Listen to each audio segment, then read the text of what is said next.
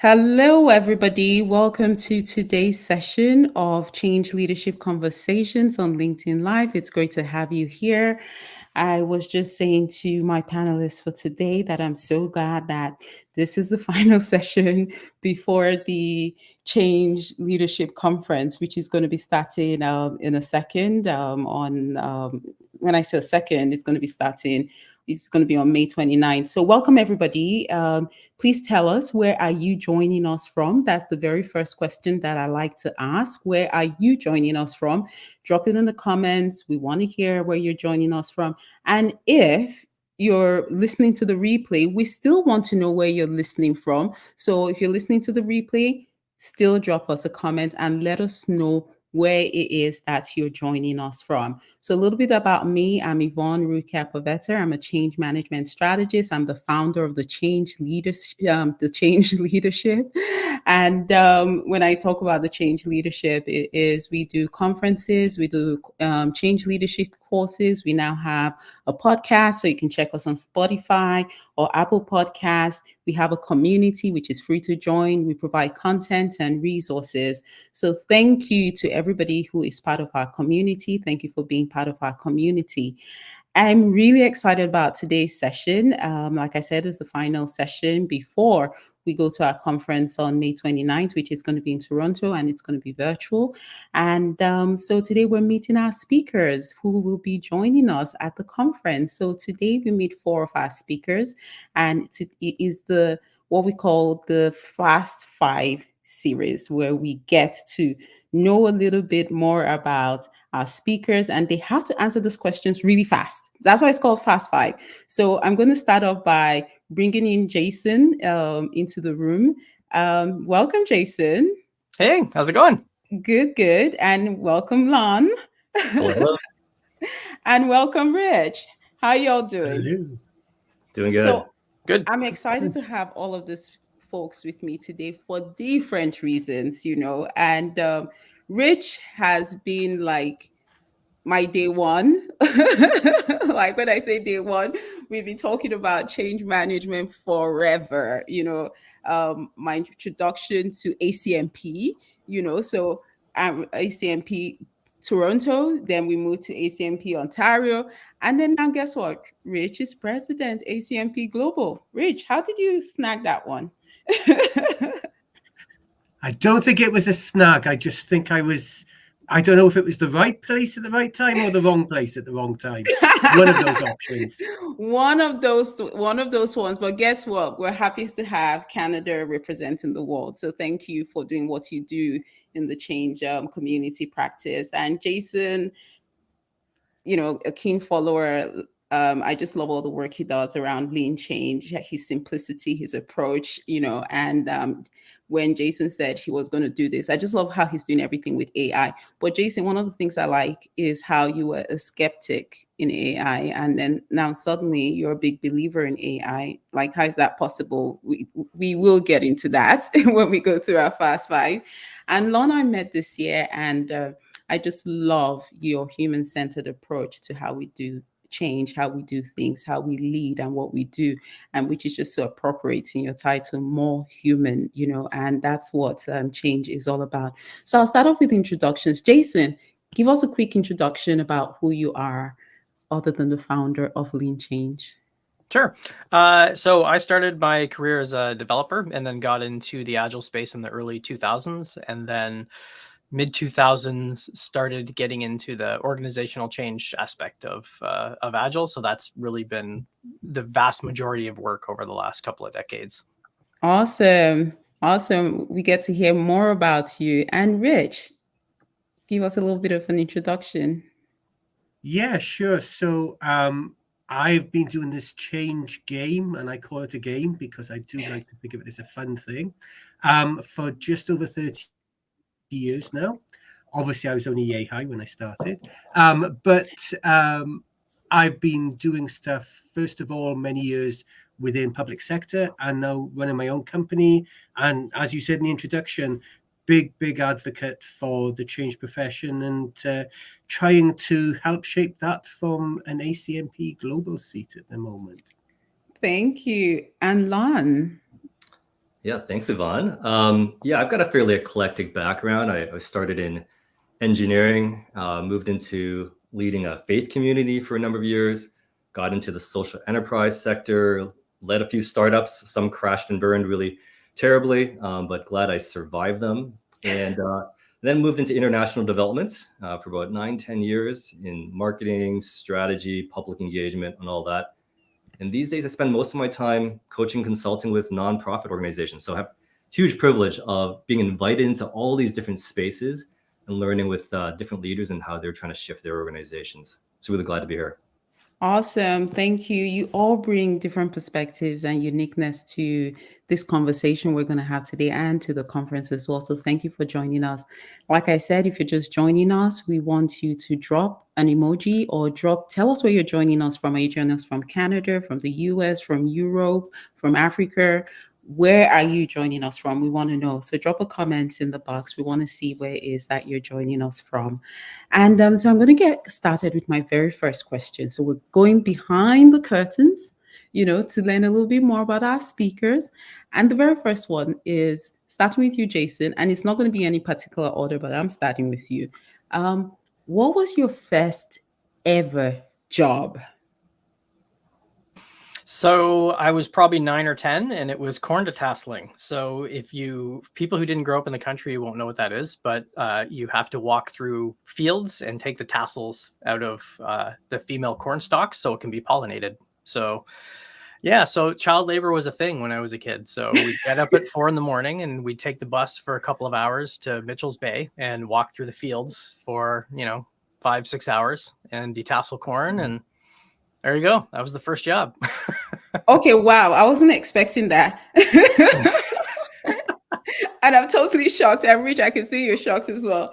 So what about you, Rich? What was your first job? I mean, I don't know anything's going to beat Jason, but we're not trying to beat anybody right now, right? So this is not a competition, and I'm just not going to compete with that. That's not possible. Although my very first job, I would have been mid-teens, and it was just retail. I was working in a local shop. Actually, it was a smallish department store, and I was working supporting stockroom on menswear retail, and that was my first starting piece with a hint of customer facing pieces now and again when they trusted me. I don't know why I'm tempted to say, what was the name of the departmental store? It's almost like they don't exist anymore, so you didn't mention it. They do not exist anymore at all. So it was back in the UK, obviously, with this accent. That's my origins. And it was actually called a Living, Living, department store. And they do not exist anymore. Because I knew it was in England, I was interested to hear it because I wanted to see whether it was one of those ones that I was familiar with, because there are quite a few of them that are closing down. And even like Debenhams has closed down. Like, how can Debenhams, close down, So that's interesting. And that was my second job, was Debenhams. So, was it? Yeah. You see. And then what about you, Lon? What was your first ever job? Yeah, my first ever job was delivering flyers in my local neighborhood. And I'd say my main recollection of it was not delivering the flyers. And I was embarrassed to say, I would typically get rid of it.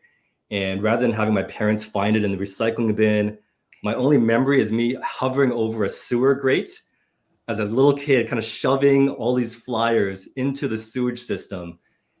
Feels awful now that I remember it now. I don't know what damage I caused, but even to this day, when I see a sewer grate, I'm like, oh, wow, they've improved that system to prevent kids from doing that now. Oh, my gosh. And so good of you, more like courageous of you to admit that, to globally and to the world, wow. But, I have a friend whose son does paper delivery and all of that. And I always yank her chain and say, you're the one who's really doing the job because he has to take the child from streets to streets and make sure he's doing the job and make sure she's helping him pack everything. I say, it's literally you who's doing that job. So I can imagine, I don't think any kid wants to really do that except maybe earn money or because their parents have said you have to get a job. So totally get that. So still sticking with you, Lon. and with such an interesting start to your career, what would you say was the the single most profound turning point in your career trajectory?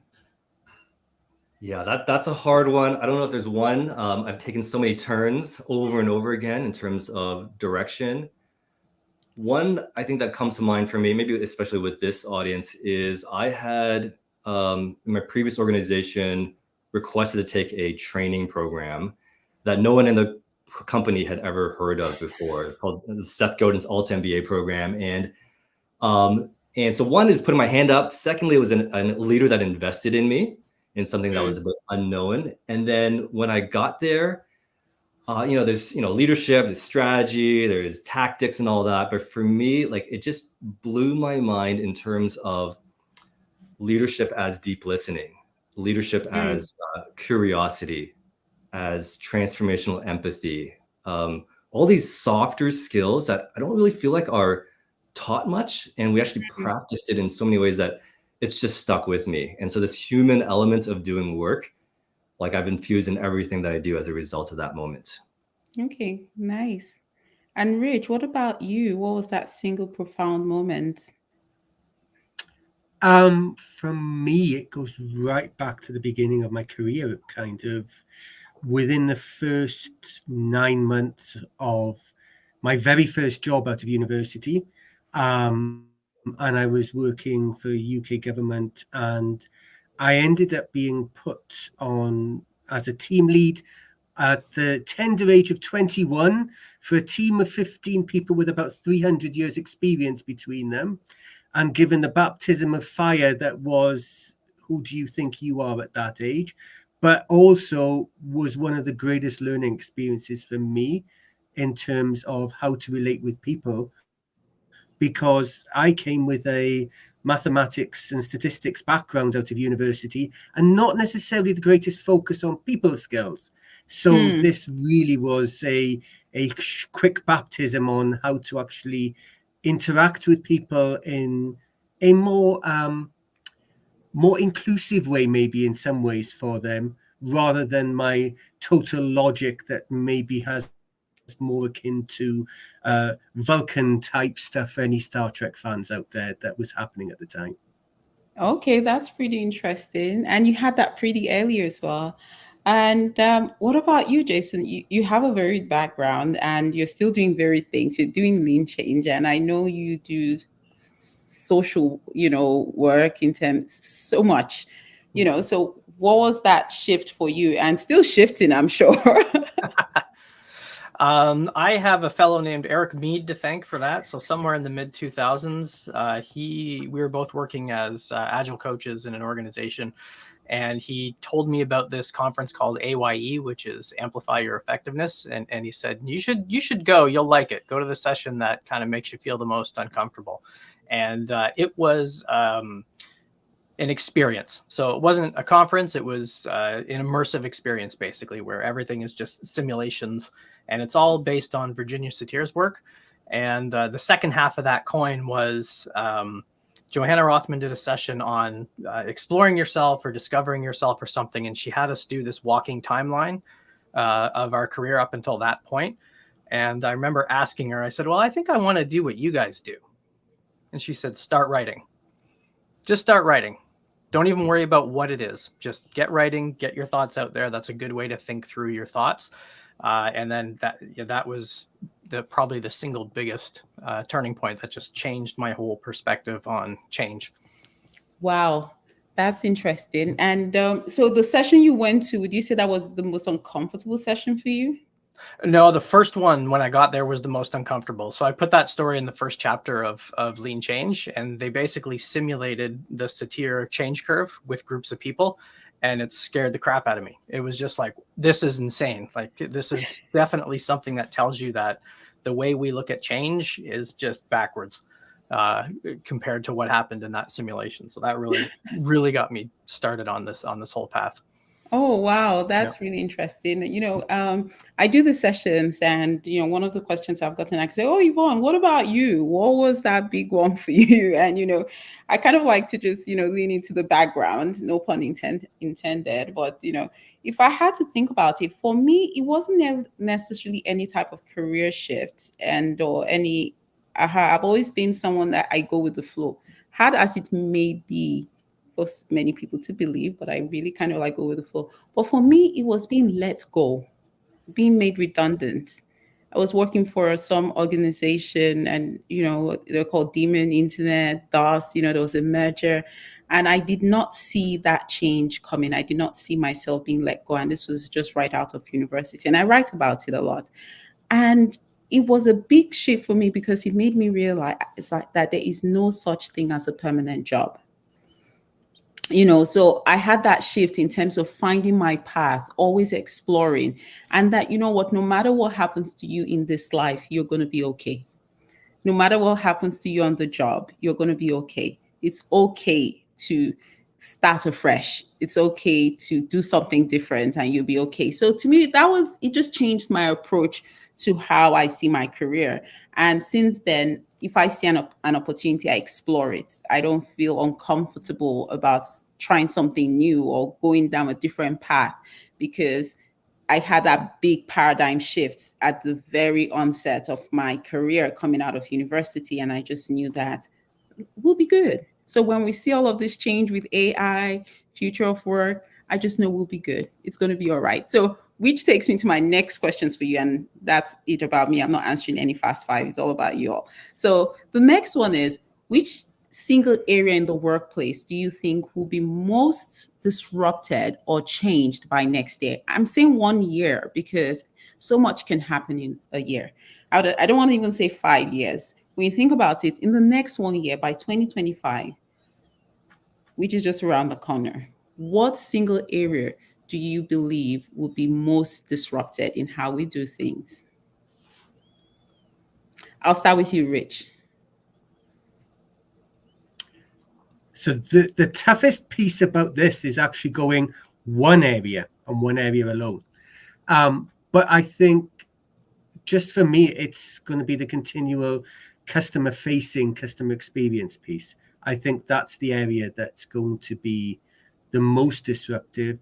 I know Jason will probably talk more as we go through this conversation about some of the AI and technology advances coming in. But I think that movement towards even more greater self-directed, self-action, self-activity in that space will remove the need for one-on-one or one-on-many interactions. And I think that's going to be a huge disruption in the next year. And you're kind of starting to see it happening now a lot. There's a lot more expectation to self-serve in a lot of ways, even if it means self-serving when you go into a physical environment. We look at the grocery stores that actually now are full of self-serve checkouts versus people actually going through at a cashier. But how would that work in the workplace? How does it become more self-serve? Does that mean people are left to do their own things, left to their own activities? Like, what does that mean? And almost like, I know it's not a discussion. I also want to bring Lon in here because Lon is probably advocating for the opposite end to be more human. So it's going to be interesting to see, what he says. But how does that apply in the workplace? So just quickly break down that for us, even though it's fast five. Rich. Yeah, I think, and just to be clear, I'm not advocating one side or the other of this. But that's what we'll see. Evolving. But I think what it means is that individuals are going to be given framing expectations rather than direct instruction. I personally think it's a good thing. We're moving away from command and control into empower and enable, because we're actually going to be moving towards people to say, okay, this is the space you work in. These are the results we want to see achieved. How you get there is up to you. And when we talk about the customer facing piece, that also means you give them the best experience they need rather than you deciding what experience is best for you. So flipping that side around. Okay, I like that when you say empower and enable, and I so totally buy into that. People are going to be more empowered to do their roles. It's no longer that command and direct style, and you're already seeing it, whereby there's a shift away from hierarchy and structure, and this, it's flatter. People have more responsibilities, and that's one of some of the ethos behind the change leadership. Like it's not about title and position anymore, but it's about saying, regardless of your role or title, you will need to lead change in your individual role. So how you're empowering yourself to be able to lead and drive that change. So thank you for clarifying that. And Lon, what do you see as one of the biggest changes in the workplaces? You're coaching, advising organizations, looking at some of these things. So what are you seeing? Yeah, I love that. I'll build off of Rich's point. I really love this shift towards additional agency. And having said that, though, I think one of the biggest disruptions or continued increasing disruptions will be this bubbling up of how we work together, or maybe specifically the pace in which we work. And so I think if you look back at COVID, like Great Resignation, quiet quitting, and then, these organizations were adapting to like, how do we accommodate our staff better? How do we be more flexible? You can probably see this pendulum swing now back towards organizations tightening up, saying we have our mandates, our mission, get on board, or feel free to depart. And so there's kind of this pendulum swinging happening, but also a questioning of what does it mean to be specifically a knowledge worker these days that has so much agency, that's so empowered. And what I'm sensing as I'm talking to a lot of organizations is, with all this agency and empowerment and tools and capability, is a level of overwhelm, this low grade overwhelm that's happening across the board. I think it's clearly happened with a lot of staffers, middle management, but I'm sensing leaders are feeling it as well. And so I think there's a questioning, maybe a reckoning of like the pace of work. How do we readjust things? Not that we're any less productive, but how do we deal with the whole overwhelm of information and optionality so we actually have a healthier way of working? Yeah, for sure. And for whoever is, listening, and or even watching the replay, we want to hear from you as well. Tell us, what's that single biggest shift you see or change in the workplace by 2025, which is just around the corner. So we should have inklings of it right now and insights into it. Jason, what about you? I like the pattern. It's the pattern with Lon and Rich. It's both organizations want to do more with less. And it seems like whenever we make advancements in technology, that's what happens. It's hard to say exactly, what one thing would be the most disruptive, because it could be a whole bunch. I mean, the whole no code, low code movement makes it possible for one mildly technical person to build something that would take a team of 10, 2 weeks to build.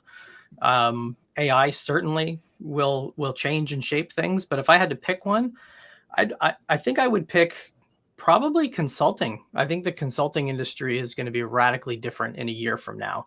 Okay. And many of the companies that I talk to, or even consultants, they say it's a lot harder, to place 5 people on site anymore when they're working on a digital transformation or whatever it is. They want one person and then a bunch of AI bots. So I think the whole model around, a friend of mine, him and I used to joke all the time about having the agile coaching vending machine, where you've got an on-demand coach there. And this was in like the mid 2000s. We were chatting about this. And I think technology is kind of at a spot where companies want help solving a problem now. They don't want a $400 an hour consultant taking up space 5 days a week for 6 months. And I think that industry is going to still be vibrant, absolutely. But I think the model is going to be quite different. Yes. And, staying with you. And I know it's fast 5, so we're going to go really fast on the next 2 ones. But still staying with you, Jason. Our number 4 question is what you just spoke about. What are your thoughts on the buzz around AI right now? Is it a revolution? Has it changed your work, or has it not changed anything? I almost feel as if I shouldn't be asking you this question, because you're going to be talking about how to leverage AI and change management at the conference. Yep. So of course, you have some passion around there, but tell us, what are your thoughts around the buzz with AI right now? I think when we originally talked about doing this session, how AI has evolved in the a few months since we chatted about me coming to do this session, it's already radically different in 3 months. So there's a lot of hype. There's a lot of overhype, especially if you're on TikTok or Instagram and you see these, here's how I wrote a book in 15 minutes and made $60,000 in an hour. Throw all that stuff away. That's just people wanting eyeballs on their stream. But real usefulness with AI, like, my first web developer job, there was 5 of us on a web team, and you'd be out of your mind to have a team of 5 doing what we did for one website. Now you've got, a part-time high school student in their basement using a bunch of scripts. So it's not going to replace existing jobs, but it might make the need to hire more people not as prevalent. Yes. AI, some of the things it can do, I was at Microsoft's office and they have an AI person. You've probably seen some of these starting to pop up. OpenAI did their little session and you're seeing these robots pop up having conversations. They actually have one in their lab in Microsoft downtown. And it's pretty remarkable the conversation you can have with it. So I think it's in one case overhyped, but the usefulness of it is crazy. I did a podcast yesterday and they asked, how many people work at Lean Change? I'm like, it's me and some AI and a bunch of scripts. And they're like, really? I'm like, yeah, there's so much you can do with it to make your life easier. And in change, I think a lot of what we do is sense making or helping organizations make sense of their context so they can make better decisions. AI can take this massive amounts of data and put it in front of us in a more succinct way. You still need somebody to drive it. That's it. You still need someone to drive it. And, one of the things that I do like is that somebody said AI is not going to necessarily take away your job. It's the people who are able to use AI. They will. Absolutely. That will make the difference. Sure. That's the difference you make it. And, Jason, please do a hookup. Let's bring this Microsoft robot to the conference so that they can interact with us and, speak with us. We want to see this robot. We want to interact with this robot. So use your connect there. What about you, Lon? What do you think? Is it all hype? Is it overhyped? There's definitely hype.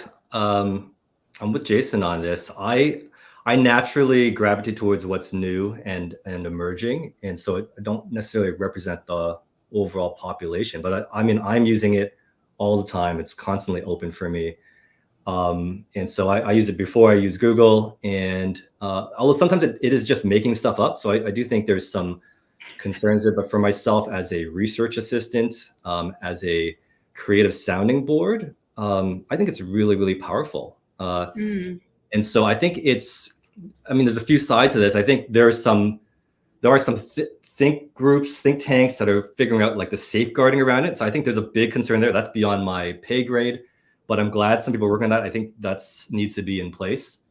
But I think part of the contention right now is whether it's taking away from, I guess, the human side of work. And I actually think humans are capable of adapting in amazing ways. And so people would talk about, when photography came along, you would say, oh, painting and art, like that's going to make that archaic, but that's still thriving. And photography wasn't seen, maybe originally was seen as, well, that's cheating, that's artificial. But I think people have found ways to make photography as a technology an art form, right? They can elevate that in many ways. So I think that's one side of it. But I think the other side of it, I am concerned with, similar to social media, you can kind of get sucked into this technological relationship where you're doom scrolling or a heightened level of it.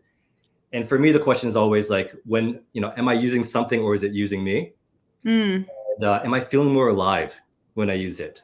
So that's a good question for me. Like, is this kind of like sucking me into something and kind of dumbing me down, or am I able to leverage it? And is it actually helping me become more human and more alive in what I'm doing? Awesome. Thank you. I like some of the points that, you raised there, and, just how everything has evolved, like from painting to photography, and now AI is doing art, and everybody's all up in their arms about that, in terms of what that would mean. But, let's just see where it goes. But I'm excited to see where it goes. What about you, Rich? Is it all hype? Are you using it? Are you leveraging AI? I use it regularly all the time, and I encourage others to use it.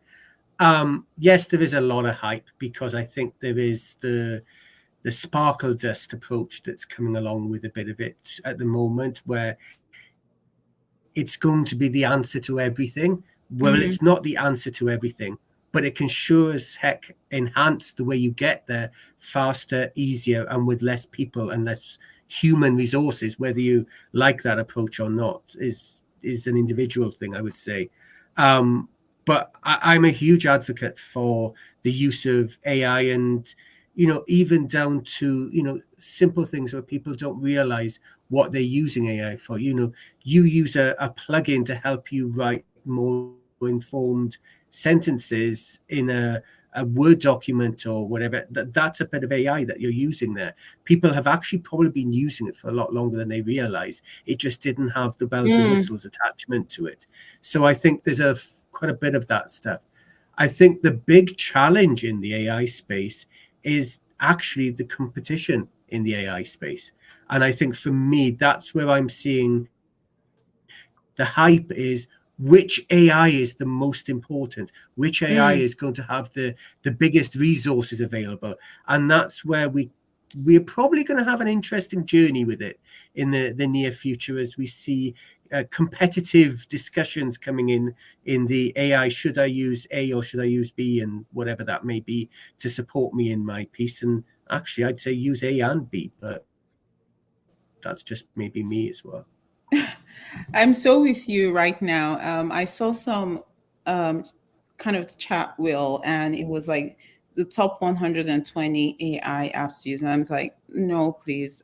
Can I just stick to one right now? Because it's just too much. I'm still trying to get my head around one. Okay, not getting my head around one. I am on a paid subscription on one. Let me just stick to it, but it's so much. And I think that's where everybody's just trying to get in, to it. And I was having a conversation with somebody and around AI today. And, there are some folks that, say, no, we're not there yet. Maybe it's an overhype. Everybody has different perspectives.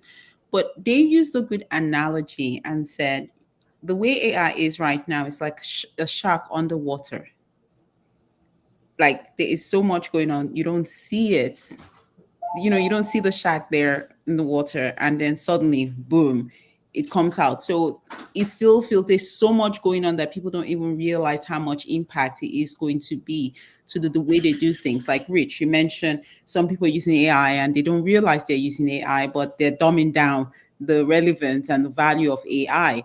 And I don't know if you remember this, Rich, as far back as 7 years ago, we were already talking about AI at the Change Leadership Conference, when we had the conference on AI and robotics, when we had another one on Fourth Industrial Revolution. So AI has been there for a while, but there's a bigger buzz around it right now. And I still don't feel as if people know how significant it is, because to me, I feel it's like the analogy someone said, it's like the shark on the water now, and so many people do not realize yet what it can do. I'm still surprised when I put in a prompt into ChatGPT, and in a minute it gives the results for something somebody has been trying to do for months, and they're frustrated and they don't know where to start. And they ask me a question and I just say, oh, hold on a second. I put it into ChatGPT and voila, it brings the results. But to Lon's point, we still always have to add that human knowledge and validation, because sometimes not everything is true. I've had ChatGPT give me some results and I say, that's not what I asked you. That, and I challenge it, and, it says, oh, sorry. Okay, maybe, and gives me a different answer. So the human element is still always just as important. So still on the topic of AI, Jason, I'm going to go to our fifth question, because this AI is your topic, at the conference. So give us a sense of your disrupting status quo. What will you be sharing at the Change Leadership Conference on May 29th? So it's going to be all about the most useful ways that I found to use AI in change. So, anywhere from 5 to 10 examples of how I use it and how you can make the most of it. And a really good example would be the startup I'm working for, Spiro Careers Canada. I'm the CTO and building a platform that helps employment specialists help people with autism find and keep jobs. And we've got some useful AI bits in there in our journal, for example. So clients can come in and do a little journal about what their day is, and we have a virtual coach on the back end. So if they've got a particular event that was challenging for them for the day, or if they were doing some kind of job skilling thing, they can tell the journal the feedback, and our little AI robot can come back and give it some ideas and some suggestions.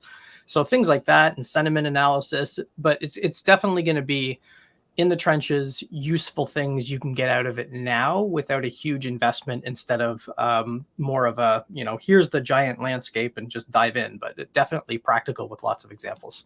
Okay, I'm looking forward to that. So we're going to get to see, how to apply to some change management scenarios. Like you mentioned, sentiment analysis, analyzing those data. One of the biggest headaches people have in change management, the tactical side of it, are those change impact assessments. So I'm keeping my fingers crossed that we will see some of those things applied to all of those change management deliverables, or even sometimes how to connect with our stakeholders, using something like AI and generative AI. So excited to see that. What about you, Rich? You're going to be on our favorite session, or my favorite session, towards the end of the day, where we get to ask the panel any question. But what is at the forefront of your mind that you are looking to say we bring out in Disrupting Status Quo? I think for me, I'm really excited because I'll always love the idea of a panel, because it's really up to whatever happens on the day almost in this stuff, with the way the responses are. And I think that is the disruption to the status quo, is societal pressures mixed with personal expectations these days mean that we are actually turning in a much smaller turning circle every day on what we're doing.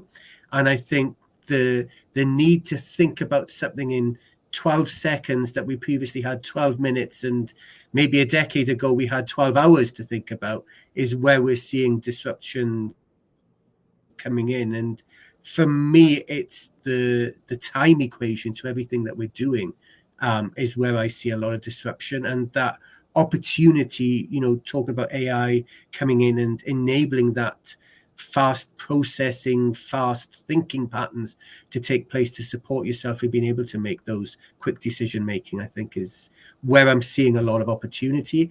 But I'm also very cognizant of individuals feeling the increasing change activity that comes with that, because it also means we're now navigating 11 different change activities in a day, rather than one activity per day for 11 days that might have been something we did 20 years ago. So I recognize, I say 20 years ago, in some places maybe only a few years ago, but let's not go into that conversation today. And on that panel, it's going to be most interesting to have a discussion around how change is changing, in terms of when we think about the future of change management. What are the most important things? When we bring out that AI, we bring in things like what's happening with tools and methodologies, versus, when we think about things like empathy, when it comes to leading change, and, is it change leadership versus change management, and I'm going to be pulling Jason back into that panel, right? To really delve into the whole organizational aspect of how we're leading change in organizations. And, is that changing?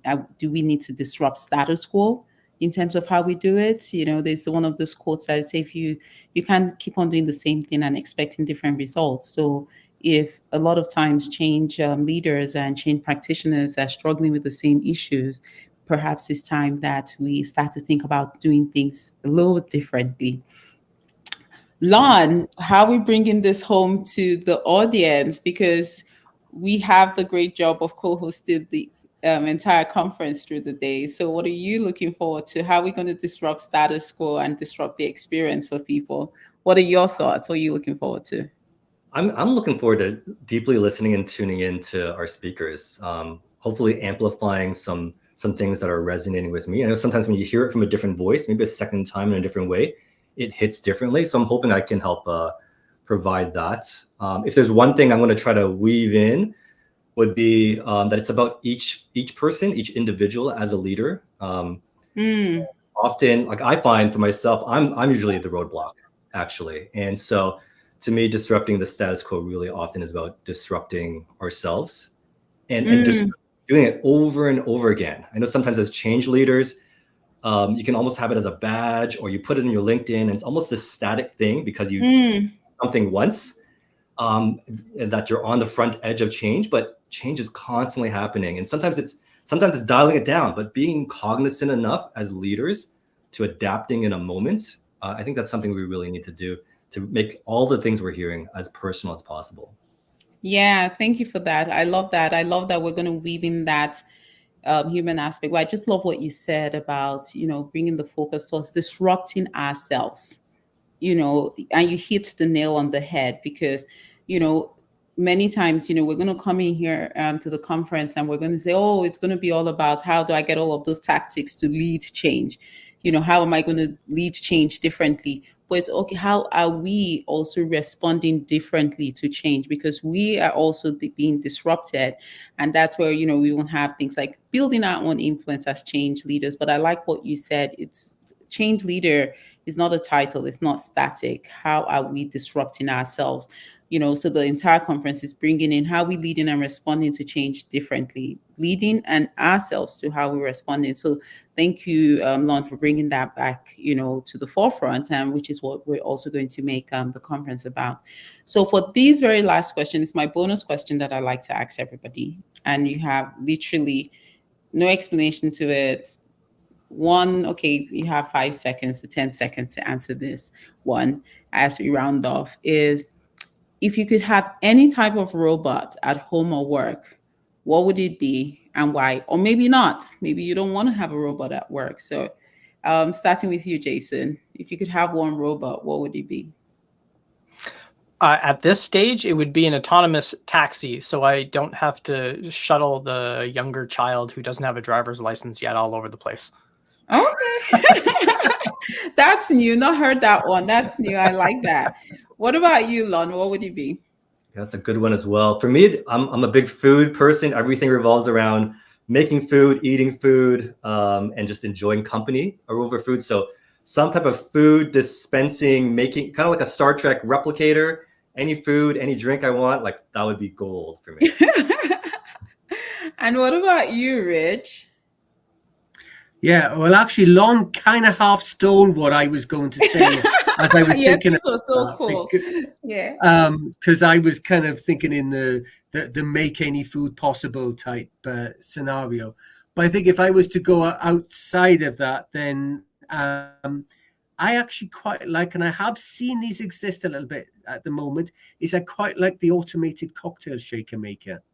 So I quite like that sort of piece, and somebody who can do what cocktails on demand. That would be kind of nice. Okay. And mine, I'll combine a robot that does everything you guys just said, the taxi, the food, the cocktail, and then bring in housekeeping. Bring that in, so I think I'll go for a do-it-all robot that can just make my life easy, kind of thing. And let me just focus on the business of change, which I love, so much. I want to say thank you to our speakers for the conference. I'm looking forward to interacting with you on May 29th. It's going to be awesome. I get to geek out on 3 things that I believe are important to change, so we get to geek out talking about change and the profession and elevating it. And, Rich, you bring a lot of that in. And Jason, I get to talk about AI and change. I love AI. Honestly, it's scary for me, but I love it, so that we get to really talk about it and wow people's mind, because your session is going to be, very practical in terms of showing those use cases. So I'm excited about that. But most importantly, one of the things I never forget is that in our profession, when it comes to change, it's all about the human aspect of it. It's because it's people. It's how do we lead the people side of things and learn, you get to always bring that to the forefront for us, in terms of what does this mean to us in terms of how we work with people? How do we make things more human in the time when we're, it's easy to fall back on technology and get sucked into technology, but making, it's still all about human first. The reason why we do change in the first place is because of people, and, that we can't take away. So I'm excited about, the conference, and I say thank you to everybody. Thank you to all of you. Thank you to everybody who's listening and watching the replay. It's been exciting. And if you would like to attend the conference, you can always visit www.thechangeleadership.com. Does anybody still say www, or you just say thechangeleadership.com, right? Thechangeleadership.com. We don't need the 3 W's. So thechangeleadership.com, and you can go grab yourself some tickets there, virtual, in person, group tickets. Just grab your tickets. On that note, I'd like to say thank you to the speakers and thank you to everybody for listening. Bye for now.